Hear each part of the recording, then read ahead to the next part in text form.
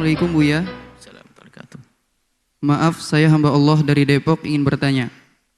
Bagaimana aturannya dalam Islam jika anak laki-laki sudah menikah dan masih tinggal di rumah orang tua dengan segala fasilitas yang ada di rumah orang tua? Dan itu menimbulkan cemburu sosial dengan anak perempuannya yang belum menikah dan seringkali terjadi pertengkaran dan yang lainnya. Bagaimana menyikapinya dan solusi terbaiknya? Mohon bantuan dan pencerahannya Buya. Terima kasih Buya.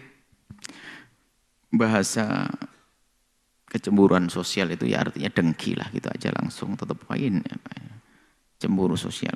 Kayaknya kalimatnya kok menjadi cemburu kan hal yang baik. Ya dengki lah, ngiri gitu aja. Baik, yang perlu kami cermati ini kakak adik.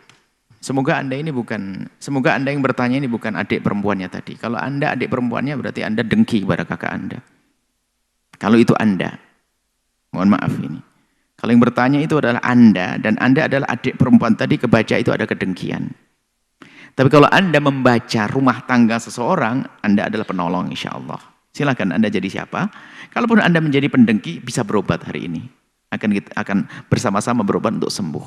Jika Anda memandang orang lain, akan kami sampaikan. Baik, kalau seorang anak tinggal di ibunya, menggunakan fasilitas ayah ibundanya, apa yang disalahkan? Wong di rumah ayahnya dan ayahnya mengizinkan, ibunya mengizinkan. Kalau Anda sebagai adik perempuannya melihat kakak Anda menggunakan fasilitas ayah Anda, yang menggunakan siapa sih? Abang Anda sendiri, kok kenapa Anda pusing? Apakah Anda tidak boleh menggunakan fasilitas di situ? Hanya gara-gara menikah, jangan-jangan ada kedinginan marah mungkin istrinya kurang ini. Yang pakai adalah abang Anda, seizin ayah Anda, seizin ibunda Anda. Kenapa Anda harus gelisah? Kalau itu Anda yang bertanya. Kalau Anda bukan bertanya, kenapa perempuan itu kok gelisah? Wong itu abangnya sendiri. Nah ini awal perebutan warisan, model-model semacam itu nanti. Kalau ayah ibunya meninggal dunia, sudah rebutan waris sama abangnya, sudah nggak penuh kasih.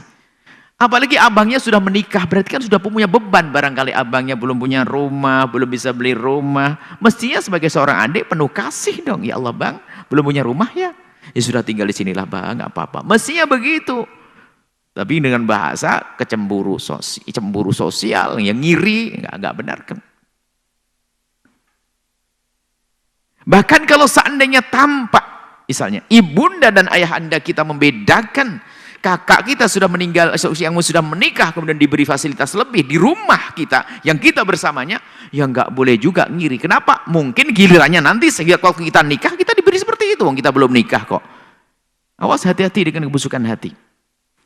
Sampaikan, hei Anda yang bertanya, sampaikan pada wanita yang bersangkutan tadi. Jaga hatinya.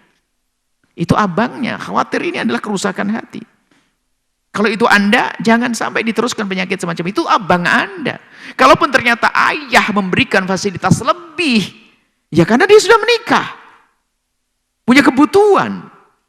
Apalagi laki-laki menikah, punya tanggung jawab, ngasih nafkah. Kok belum punya gaji? Ayah hanya memberi, alhamdulillah. Anda sebagai seorang anak perempuan, ya memang belum. Anda kalau anak perempuan menikah, suami Anda beri nafkah.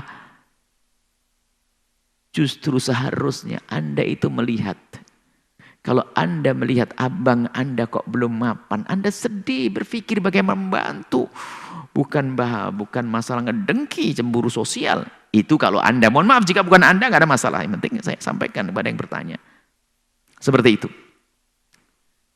Apa yang harus sampai gimana caranya? Caranya nata hati, caranya. Saya negur suami, negur abangnya pergi. Wah, di rumah bapaknya kenapa disuruh pergi? Dan bapaknya juga ridho. Bahkan kalau bapaknya tidak ridho dan sebagainya, justru Anda sebagai seorang adik, hibur abahnya, abang belum mampu. Mungkin Anda jawab, abang mampu sebelumnya Bu ya, cuma dia malas. Baik, berarti kasihan dong abang, bukan dibenci. Abang sudah mampu, kenapa harus ngerepoti ayah membuat pendekatan? Bukan kita malah benci, bukan malah kita ngiri. Jangan mau kita dirusak oleh setan yang selalu mengadu domba. Kakak adik jadi musuhan. Ini muqaddimah nanti rebutan waris sudah di sini. Sehingga apa? Adik perempuan tadi sama iparnya sudah nggak tegur sapa. Sama abangnya sendiri sudah kalau ketemu melengos. Mana keindahan, itu kan calon ahli neraka di dunianya hidupnya panas menuju kepanasan di akhirat nanti. Tapi setelah mendengar suara ini, sampaikan kepada yang bersangkutan, insya Allah jadi baik-baik. Dan bagi kakak kalau mendengar suara ini, Ya tetap bagaimanapun juga sebagai seorang anak, berusaha untuk mengurangi beban orang tua, kalau sudah menikah khususnya.